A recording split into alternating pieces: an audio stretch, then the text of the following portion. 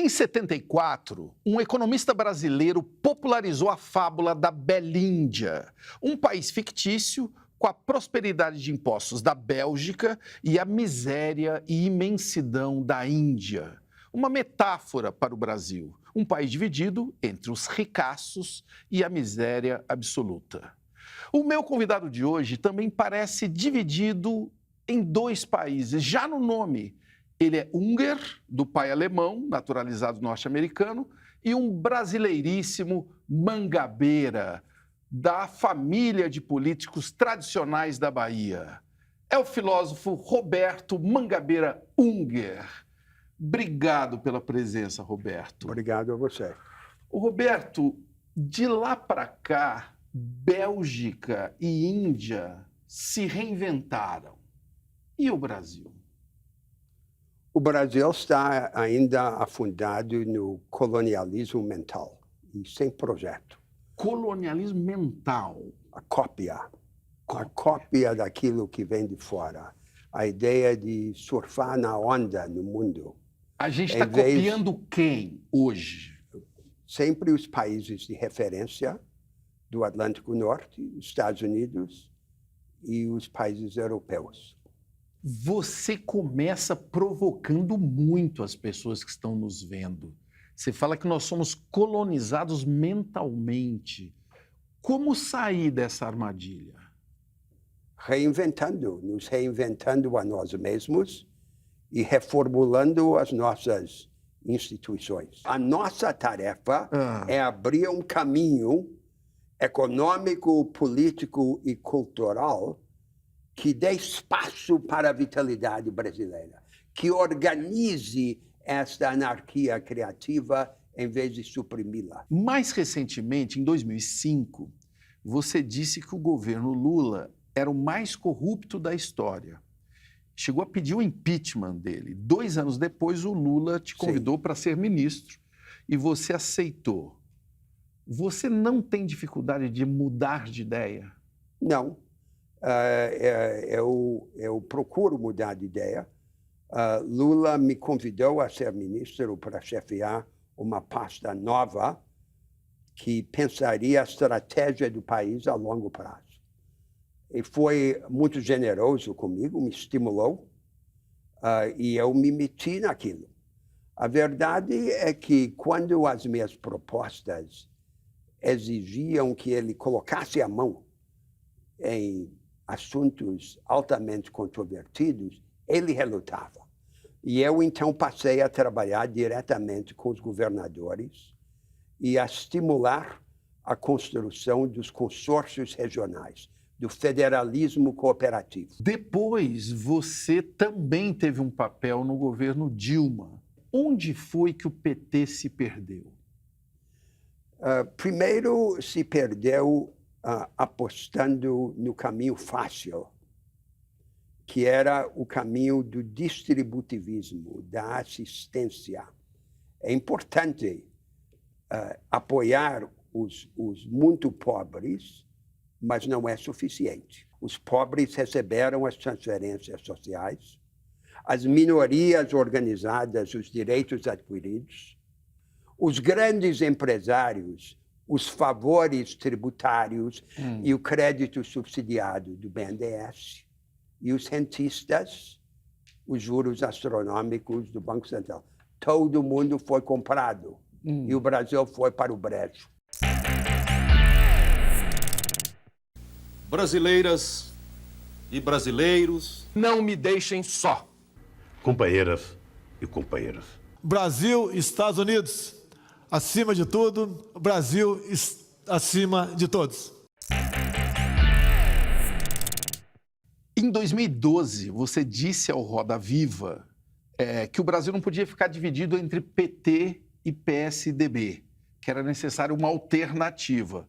Nas eleições de 18, surgiu o bolsonarismo. E agora? Sim, então, eu vi e ainda vejo o PT e o PSDB como duas cabeças da mesma serpente. É a mesma Dois cobra. instrumentos desse mesmo colonialismo mental, duas maneiras de evadir o imperativo da mudança estrutural, da inovação nas instituições. Criou um grande vazio. Esse vazio, então, foi preenchido pela ascensão desse populismo de direita, como chamamos no mundo.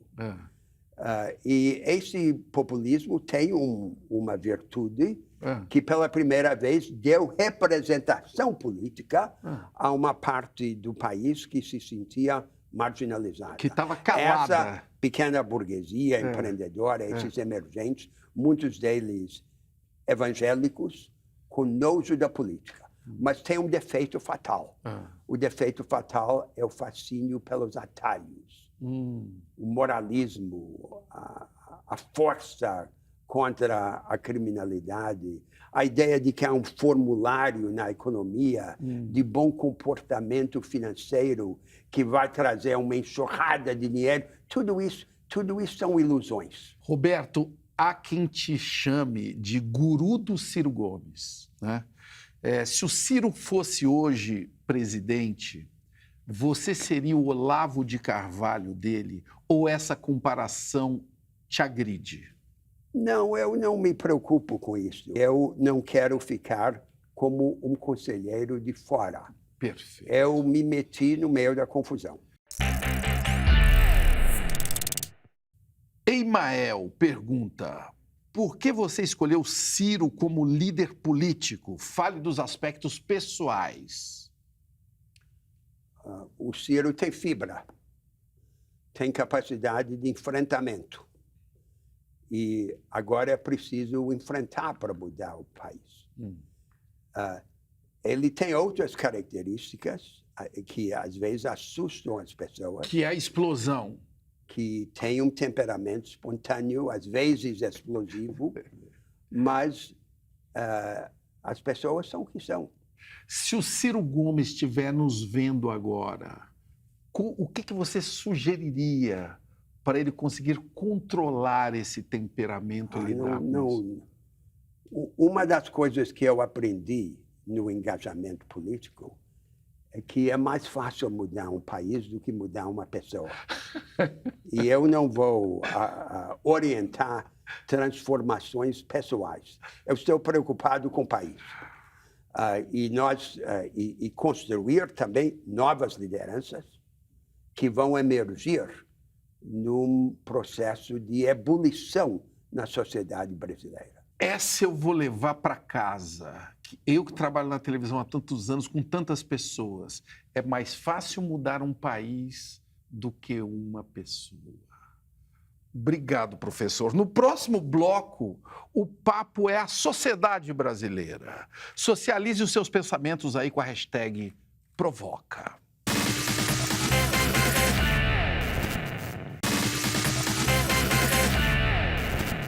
Onde a justiça é negada, a pobreza é forçada, a ignorância prevalece e a sociedade é uma conspiração organizada para roubar, nem as propriedades e as pessoas estarão seguras. Frase de Frederick Douglass, negro norte-americano que escapou da escravidão e se tornou escritor, orador e líder abolicionista. Mangabeira, quais são as semelhanças e diferenças entre o Brasil e os Estados Unidos? O Brasil é o país mais parecido no mundo com os Estados Unidos. O Brasil? O Brasil. É parecido? São dois países de tamanho idêntico. Um no norte e outro no sul, construídos na mesma base de povoamento europeu e escravidão africana. Dois países muito religiosos. Dois países que são os mais desiguais de seus respectivos tipos. Os Estados Unidos, dos países ricos, o Brasil, dos grandes países em desenvolvimento. E, paradoxalmente, em meio a essas exclusões e desigualdades tremendas, a maior parte das pessoas continua a crer que tudo é possível e cultivar a religião do novo.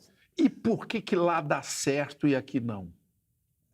Dá certo em alguns aspectos e não dá certo em outros. E em outros pontos, o Brasil não é parecido com os Estados Unidos. É o oposto. E é o Por oposto exemplo? com relação, por exemplo, às instituições. Então, os americanos cometem um pecado. É o pecado da idolatria institucional.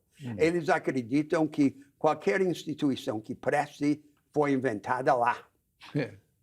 Nós, historicamente, cometemos o equívoco oposto.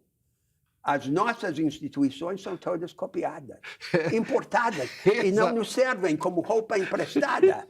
Então, nós temos essa Então, original... até nisso, a gente é parecido com eles. A gente acha que o melhor são eles mesmos, né? São dois pecados igualmente graves. Nos libertar disso. O Brasil tem o papel de, ao se consertar, trazer luz e alento à humanidade. Tenho sim, como disse de há muito, que muita coisa em comum com o senhor Donald Trump. Isso para mim é motivo de orgulho e satisfação. Por vezes, temos tomado decisões que não agradam a todos, com a possibilidade de indicar para a embaixada dos Estados Unidos um filho meu. We are very, how can I say in English? Sometimes I forget the word. Eu imagino que o senhor não ficou muito feliz vendo o capitão Bolsonaro batendo continência por Trump.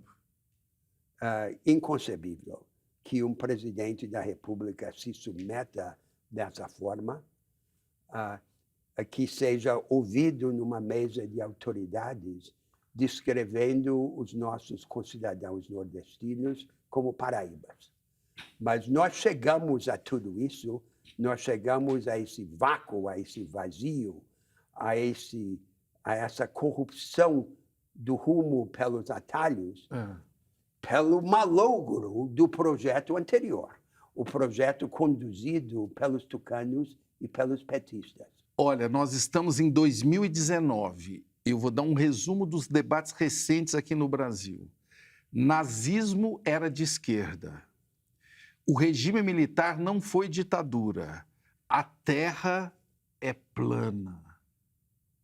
Como que anda o debate aqui no seu país, Mangabeira Unger?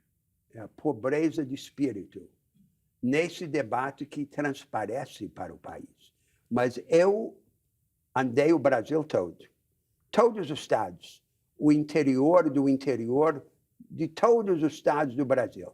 E o que eu vi é um país singularmente disponível a mensagens e sedento de alternativas que empoderem a maioria. O Brasil está pronto. Lá na base, o Brasil está íntegro. Agora nós temos que vir ao encontro desse país e ajudar a abrir o rumo. Eu vou agora pedir o seu bom humor e sinceridade para responder essa pergunta e se colocar no lugar da pessoa que está em casa, tá certo? Não é difícil ouvir soluções para o Brasil vindas de alguém que tem o seu sotaque? Eu já disse que eu apenas falo com sotaque. Ao contrário de algumas pessoas que governaram o nosso país, eu não penso com sotaque. Lúcio Medeiros, pergunte ao Mangabeira se considera o português dele próprio mais ou menos fluente que o inglês do Eduardo Bolsonaro. Não, eu não vou comentar o inglês de Eduardo Bolsonaro, que eu não conheço. Faz algum sentido ele ser embaixador do Brasil nos Estados Unidos? Tudo indica que ele não está qualificado para essa função. E o que indica que ele não está? A falta de entendimento dos problemas nacionais, o espírito de independência em relação aos Estados Unidos, a capacidade de compreender a sociedade americana e aquilo que ela pode oferecer ao Brasil. Nós precisamos reconstruir as nossas relações com as duas grandes potências da época atual, os Estados Unidos e a China. E condicionar as nossas relações com aqueles dois países ao nosso soerguimento. Não é só troca comercial, não é receber dinheiro e vender e comprar, é envolver aqueles outros países na qualificação do nosso aparato produtivo. Como que o Brasil é visto hoje fora do Brasil? Sumiu. Não é visto. Não é visto. Praticamente sumiu do horizonte, porque não aparece como tendo uma proposta externa, não figura nos debates mundiais, porque os pés são de barro, não tem um projeto interno forte. A rebeldia nem sempre é premiada na história, mas a obediência é castigada invariavelmente. É uma excelente frase. Você é um rebelde mesmo, né, professor Mangabeira? Uma outra visão que você deixou neste programa com o queridíssimo mestre Abu, quando você disse, num país onde há tanto desalento, como as pessoas podem começar a ter esperança? 10 anos depois, eu quero perguntar, você já tem a resposta? Agindo, atuando, porque a esperança é a consequência da ação, não é a causa da ação. É fazendo pequenas coisas, pequenas rebeldias, pequenas epifanias, pequenas descobertas, e aí começamos a descobrir o nosso poder. E não é nos transformando em instrumentos de um projeto coletivo. Qual é o nosso objetivo íntimo? Cada um de nós, à medida que envelhecemos, desenvolvemos em volta de nós uma espécie de carapuça. E ali dentro daquela múmia, nós vamos morrendo aos poucos. Nosso objetivo deve ser morrer só uma vez. Para poder morrer uma só vez, é que nós precisamos atuar. E esta ação, esta rebeldia, é então que produz mais vitalidade e mais esperança. Que bom que a gente está recebendo esse recado aqui do professor Mangabeira Unger. Eu estou sentado na frente de um filósofo falando de política, mas eu quero falar mais de filosofia com você, Mangabeira. É o que eu vou tentar corrigir essa falha. No próximo bloco, nós vamos mergulhar nos mistérios da existência, pode ser? Você também pode vir junto com a hashtag Provoca.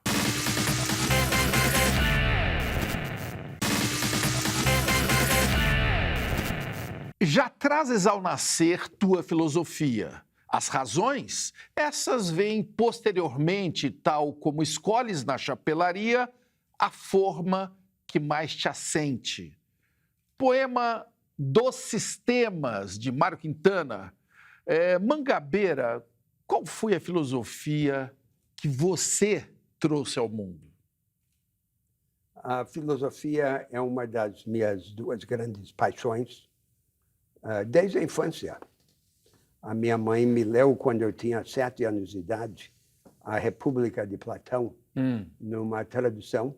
Com que idade? Eu tinha 7 e me acendeu a paixão pela filosofia e a política pelo caminho do meu avô, Otávio. Grande político brasileiro. E do meu tio-avô João, que fundou o Partido Socialista Brasileiro. E essas eram, aos meus olhos, ainda de jovem, as duas grandes atividades. Quem era o menino? As atividades que tinham a ver com tudo. E procurei, então, construir uma visão filosófica que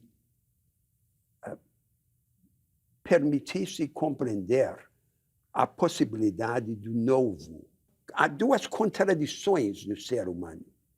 De um lado, nós precisamos dos outros, mas os outros nos ameaçam. Jean-Paul Sartre dizia, eles são o inferno, os outros. São os outros. E na medida em que nós conseguimos construir relações com os outros que deixam de nos ameaçar, que diminuem esse preço de dominação, de subjugação, de despersonalização, nós ficamos maiores e mais livres. A segunda grande contradição é a seguinte: para sermos livres, para construirmos uma existência, nós precisamos participar de um mundo. Mas cada mundo de que nós participamos parece exigir rendição como o preço da participação. Como é que nós podemos participar de um mundo sem nos render a ele? E insistindo que a última palavra fique conosco, em vez de ficar com ele, com aquele mundo. Na medida em que nós resolvemos essas duas contradições, nós ficamos mais divinos e mais humanos. Este é o sentido da minha ação e do meu pensamento. Eu quero conhecer mais esse pensamento falando do menino Mangabeira Unger. Queria entender que garotinho era esse que aos 4 meses viveu nos Estados Unidos até os 11 anos de idade. Era brasileirinho ou americaninho? Era hot dog ou acarajé? Como é que você se vê como menino? Passava as minhas férias sempre com meu avô no Brasil. Com ele ia à Bahia a tempo para participar do desfile de 2 de julho. E para mim, o Brasil, desde a infância, é esse sonho de que era possível combinar a modernidade e a libertação com o calor humano. Olha, tem uma provocação aqui, vamos ver como é que vai ficar isso. É Jonas, que altura atinge uma mangabeira e que tipo de pratos podem ser preparados com mangaba? Não me pergunte. Esse é um assunto que eu não estudei. Te pegou! Fiquei distraído por outros temas. Você nunca viu uma mangabeira na vida? Claro que vi. Não quer se arriscar a dizer que a altura que ela atinge? Não. Jonas, você conseguiu pegar o professor. Essa moça aqui é a mangabeira, ou mangaba, que é muito comum no Cerrado e muito apreciado pelo nosso caboclo e por todo mundo, aliás, né, turistas e etc., porque o fruto dela é muito gostoso, muito refrescante. Confesso a minha ignorância sem qualquer relutância. É importante a gente confessar a ignorância. Claro. Por quê? Porque é uma das muitas formas de tirar a coraça. E tirar a coraça é o preço para viver. É a maneira de continuar a viver. O senhor fica chateado quando apelidaram a secretaria que o senhor ocupava no governo Dilma de Cialopra, que era a Secretaria de Planejamento de Longo Prazo? Eu não fiz longo prazismo de imaginar cenários mirabolantes para o futuro do país. Não fiz isso. Eu ajudei a construir iniciativas que ajudassem a marcar um rumo para o país. E quando Brasília resistiu a essas propostas, eu saí de Brasília e fui trabalhar com os governadores. Por que Brasília resiste tanto?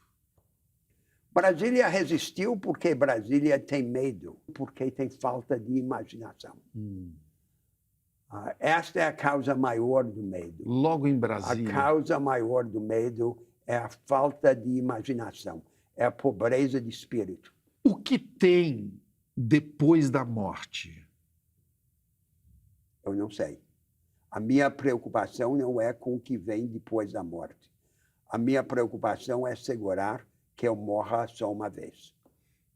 Então me responda uma coisa, professor. O que é a vida? A vida tem essas características de excesso em relação à estrutura, de espontaneidade e de surpresa. A vida é uma caixa de surpresas. A vida é aquilo que excede a estrutura, que ultrapassa a estrutura, que vai além. Isso é a vida. A vida é a fecundidade. E essa fecundidade é um outro nome para a transcendência. nós precisamos organizar as nossas vidas e as nossas sociedades para sustentar esse atributo, em vez de suprimi-lo.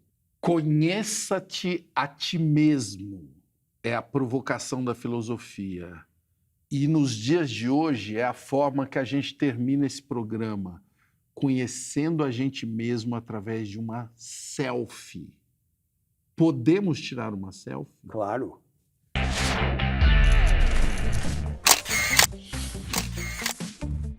O pessoal em Harvard pede para tirar selfie com você, Mangabeira? Os Harvard são mais constrangidos. São mais O Harvard não é como a Bahia. E na Bahia, o pessoal pede? Na Bahia pedem mais. Professor, agradeço imensamente o senhor ter atravessado o oceano, vir aqui no Provocações. Gostou? Claro, como não poderia gostar. E vocês do outro lado, ficou alguma dúvida? Essa era a ideia. Tudo cristalino agora, claríssimo. Provoca.